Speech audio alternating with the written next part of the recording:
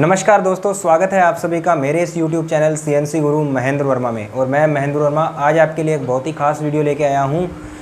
ऐसे साथी जिन्होंने अभी तक मेरा YouTube चैनल सब्सक्राइब नहीं किया है तो वो पहले मेरा YouTube चैनल सब्सक्राइब कर लें और वीडियो को लास्ट तक देखें। और अगर वीडियो आपको अच्छा लगे तो वीडियो को अपने फ्रेंड्स के पास भी शेयर करें। तो दोस्तों, आज मैं आपको सेंटर आउट क्लॉकवाइज रेडियस और centre out anti clockwise radius, जिसको हम काउंटर क्लॉकवाइज रेडियस भी कहते हैं, तो उसके बारे में मैं आज आपको बताने वाला हूं। तो वीडियो बहुत ही इंपॉर्टेंट है। बहुत सारे ऐसे साथी हैं जो मुझे कहते रहते हैं कि सर अच्छे से वीडियो बनाइए रेडियस पे, तो उनके लिए एक बहुत ही अच्छा जो है वो ये वीडियो है।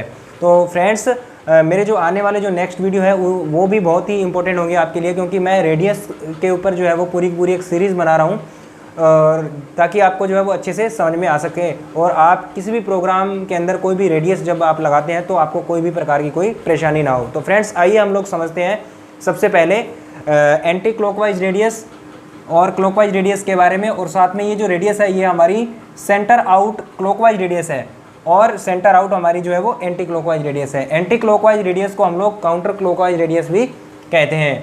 तो सबसे पहले मैं आपको एंटी क्लॉकवाइज और क्लॉकवाइज के बारे में बताना चाहता हूँ। तो सबसे पहले जो मैं रेडियस के बारे में बताऊँगा आपको, तो रेडियस क्या होती है। रेडियस मतलब एक जैसे कोई सर्कल होता है तो रेडियस उसके अंदर कितने प्रकार की जो होती है वो लग सकती है। तो देखिए, जैसे ये एक हमारा सर्कल है, तो सर्कल में मैं आपको यहाँ पर एक सर्कल और ड्रॉ कर रहा हूँ और यहाँ पर एक मैंने सर्कल और ड्रॉ किया है।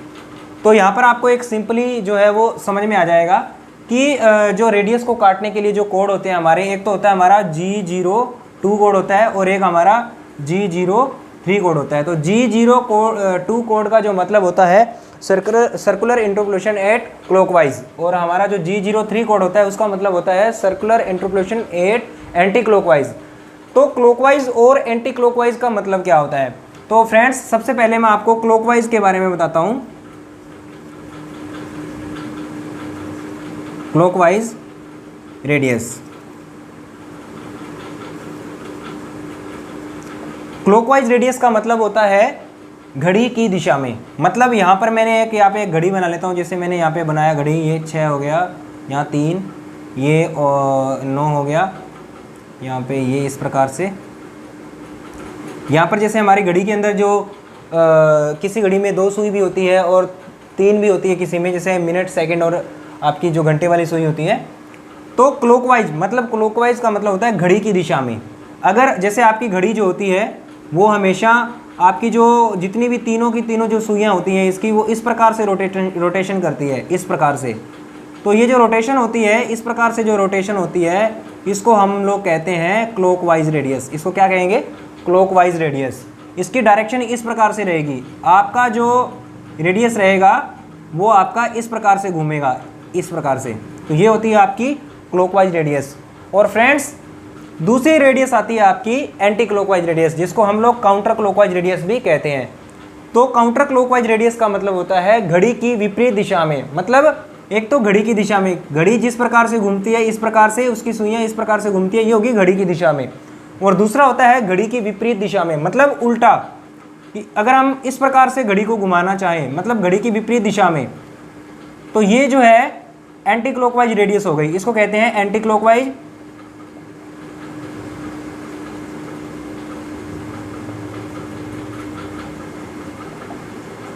Anti clockwise radius. तो फ्रेंड्स, इसकी जो डायरेक्शन होती है वो इस प्रकार से होती है।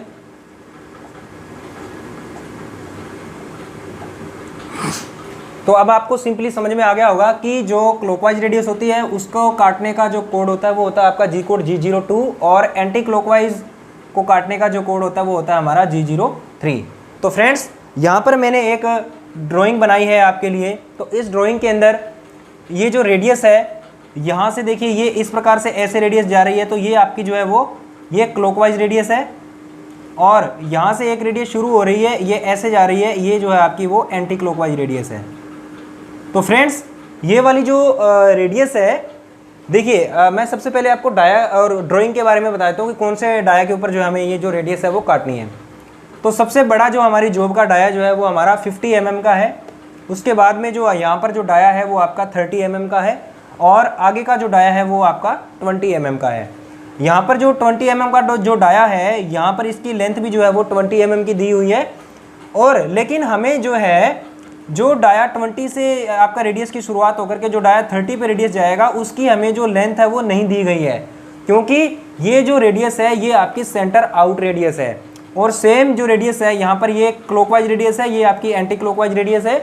तो यहाँ पर भी जो है वो रेडियस की जो यहाँ से लेकर के यहाँ तक की जो लंबाई है वो आपको नहीं दी गई है।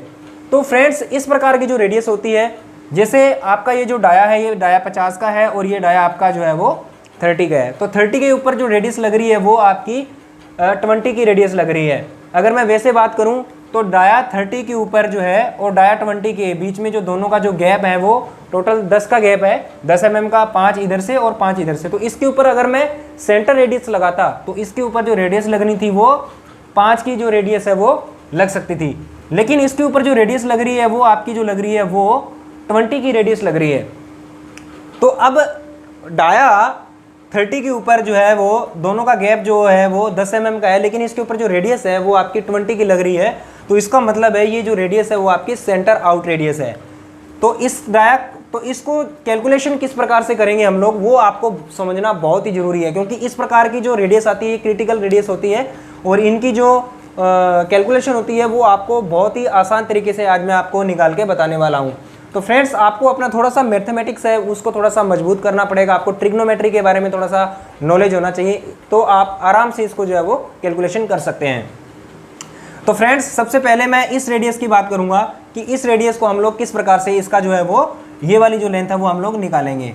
तो फ्रेंड्स हमारे पास में क्या है कि ये जो डाया 30 के ऊपर जो रेडियस लग रही है, तो हमारे पास में ये लेंथ नहीं है कि हम यहाँ से लेकर के जब आपका रेडियस से घूम के जाएगा तो ये लेंथ हमारे पास में नहीं है। तो इसको कैसे फाइंड करेंगे, तो आइए मैं आपको बताता हूँ।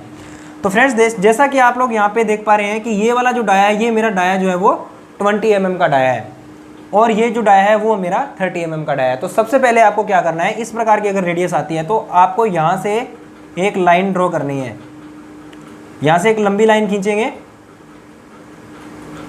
तो इसका ये जो रेडियस है आपका ये सेंटर आउट रेडियस है। तो सेंटर आउट रेडियस है तो इसलिए हम लोग क्या करेंगे, एक लाइन मैंने यहाँ पे ड्रॉ की है। तो ये जो लाइन है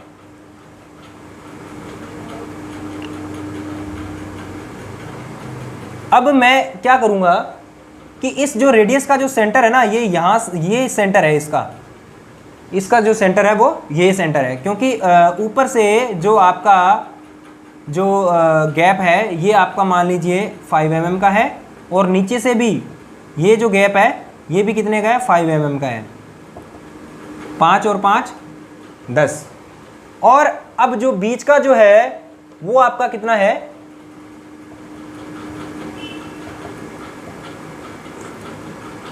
तो ये जो आपका जो ये 5 mm हो गया, ये आपका 5 mm हो गया, लेकिन ये जो हमारी जो रेडियस है ये डाया 30 पे 20 की रेडियस लग रही है। तो इसको कैसे फाइंड करेंगे, तो आपको सिंपली क्या करना है, आपको एक लाइन ड्रॉ करनी है और आपको इस वाले पॉइंट को इस वाले पॉइंट पे ऐसे मिला देना है, ऐसे।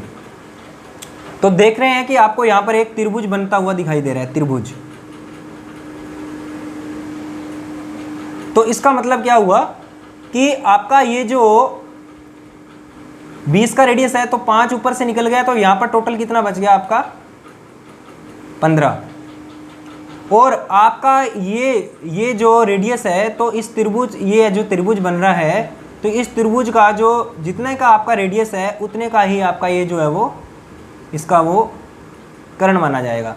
तो यहाँ पर ये जो त्रिभुज है इसकी कैलकुलेशन हम किस प्रकार से करेंगे, यहाँ पर ये देखिए मैंने यहाँ पे एक त्रिभुज बनाया है जिसका ये जो बेस है आपको फाइंड करना है। परपेंडिकुलर यहाँ पे कितना है आपके पास में 15 बचा है, परपेंडिकुलर आपका 15 हो गया और आपका ये जो कर्ण है जो सबसे लंबी भुजा जो है वो आपकी हो गई 20।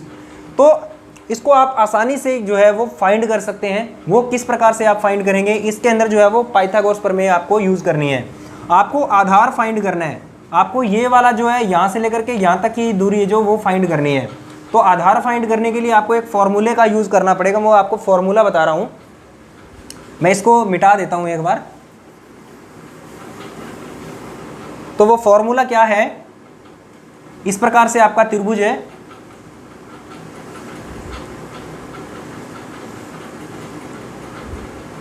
तो ये आपकी 15 mm है, क्योंकि टोटल 20 का है तो ये 15 बच गई आपकी।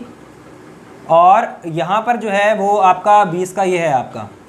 तो अब आपको क्या करना है, आधार स्क्वायर बराबर, क्योंकि आपको आधार निकालना है, तो आधार स्क्वायर बराबर आपका क्या होगा, कर्ण स्क्वायर माइनस लंब स्क्वायर। इसका क्या हो जाएगा, अंडर रूट हो जाएगा। इसका अंडर रूट हो जाएगा तो हम लोग इसकी जो वैल्यू है वो हम लोग फाइंड करेंगे। और ऐसे साथी जिनके पास में साइंटिफिक कैलकुलेटर नहीं है तो वो साइंटिफिक कैलकुलेटर का भी यूज़ कर सकते हैं। प्ले स्टोर में जाकर के आप रियल कैल्क के नाम से, जैसे मैं यहाँ पे लिख देता हूँ REALCALC, ये आप साइंटिफिक कैलकुलेटर भी जो है वो आप डाउनलोड कर सकते हैं। इसमें जो वैल्यूज़ है वो आपको निकालना बहुत ही आसान हो जाएगा। तो यहाँ पर जो है आपको क्या करना है, आपका कर्ण जो है, क्योंकि आपकी जो रेडियस है वही आपका जो है वो कर्ण माना जाएगा, तो यहाँ पर 20 का आपको क्या कर लेना है, 20 का स्क्वायर हो जाएगा यहाँ पे, माइनस लंब आपका कितना है 15, तो यहाँ पर 15 की भी आपको क्या है वो स्क्वायर निकालना है।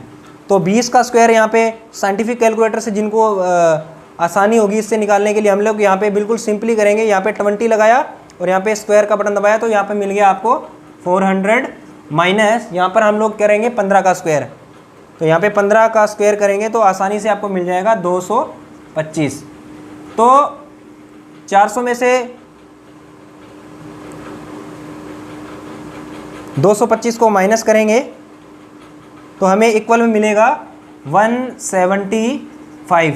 तो 175 का जो है हम लोग अंडर रूट करेंगे तो हमें जो वैल्यू प्राप्त होगी वो हो रही है हमारी 13.22।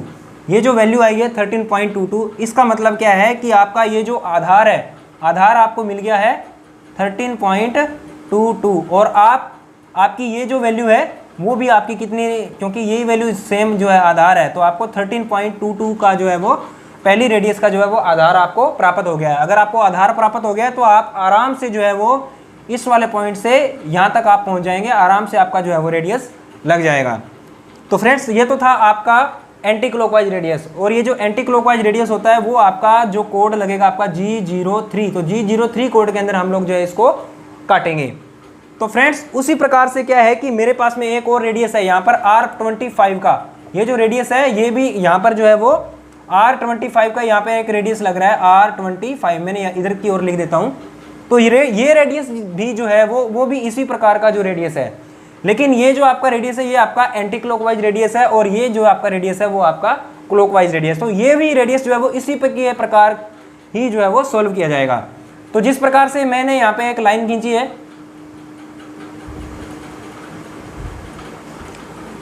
तो 50 के डाय के ऊपर जो है हमें यहाँ से ये रेडियस आपका शुरू होगा 30 के डाय से और जाएगा ये आपके 50 के डाय तक। तो यहाँ पर जो है वो गैप आपका कितना है, डाया 30 एंड 50 के अंदर 20 का गैप है, तो 10 एक साइड से हो गया। और ऊपर कितना बचा, ऊपर आपका जो बचा यहाँ पर है वो आपका बच गया टोटल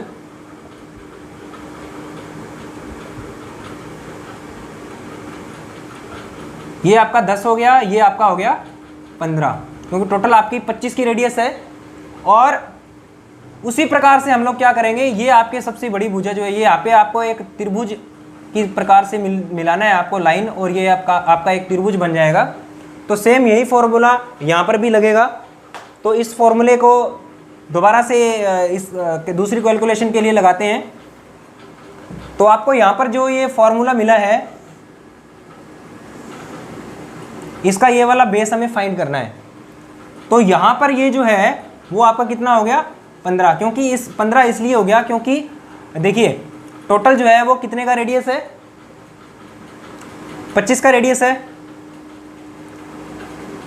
तो आपका 10 इधर से हो गया, 10 इधर से हो गया, ये जो है आपका वो 10 mm ऊपर निकल गया, और ये आपका जो है वो 15 जो है वो यहाँ पर लग गया। तो अब मुझे क्या करना है, अब मुझे इसका जो है वो कैलकुलेशन करनी है। इसका जो आपका कर्ण है वो आपका 25 रहेगा, और आपका जो लंब है वो आपका रहेगा 15। जो आपका जो लंब है वो आपका कितना रहेगा 15 रहेगा। तो आपका जो लंब है वो 15 रहेगा। तो इसकी कैलकुलेशन भी हम उसी प्रकार से करेंगे। इसका भी आधार फाइंड करना है, आधार स्क्वायर बराबर आपका होगा कर्ण स्क्वायर माइनस लंब स्क्वायर।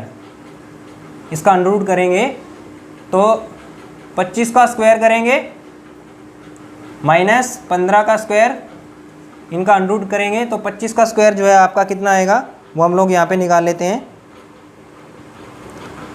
25 का स्क्वायर आएगा फ्रेंड्स 625 माइनस 15 का स्क्वायर हमने निकाला था 225, इनका अंडर रूट करेंगे। 625 में से माइनस करेंगे 215, 625 में से 225 माइनस करेंगे तो हमारे को 400 मिला है। तो इस 400 को जो है हम लोग अंडर रूट कर देंगे तो हमें 20 मिल जाएगा। तो फ्रेंड्स ये जो वैल्यू आपकी आ रही है ये आपकी आएगी 20 की, मतलब आपका यहाँ से लेकर के और यहाँ तक जो लेंथ आपकी वो बनेगी आपकी 20 mm। तो फ्रेंड्स इस प्रकार की जो रेडियस होती है वो बहुत ही आसान तरीके से आप बना सकते हैं। ये रेडियस है, इतनी ज़्यादा मुश्किल नहीं है। तो आगे नेक्स्ट जो वीडियो आएगी आपको बहुत ही अच्छी वीडियोस मैं आपको बना करके बताऊंगा। तो इसके मैं आपको कोऑर्डिनेट्स जो है वो मैं यहाँ पे बना देता हूँ कि किस प्रकार से जो है इसके जो है कोऑर्डिनेट्स जो है वो बनेंगे। तो यहाँ पर मैं x की वैल्यू लिखता हूँ और यहाँ पे z की वैल्यू, ये 1 number 2 number 3 number 4 number 5 number, total हम लोग यहाँ पे निशान लगा लेते हैं कि कितने रेडियस इसके जो कितने कोऑर्डिनेट्स हैं जो वो बनेंगे।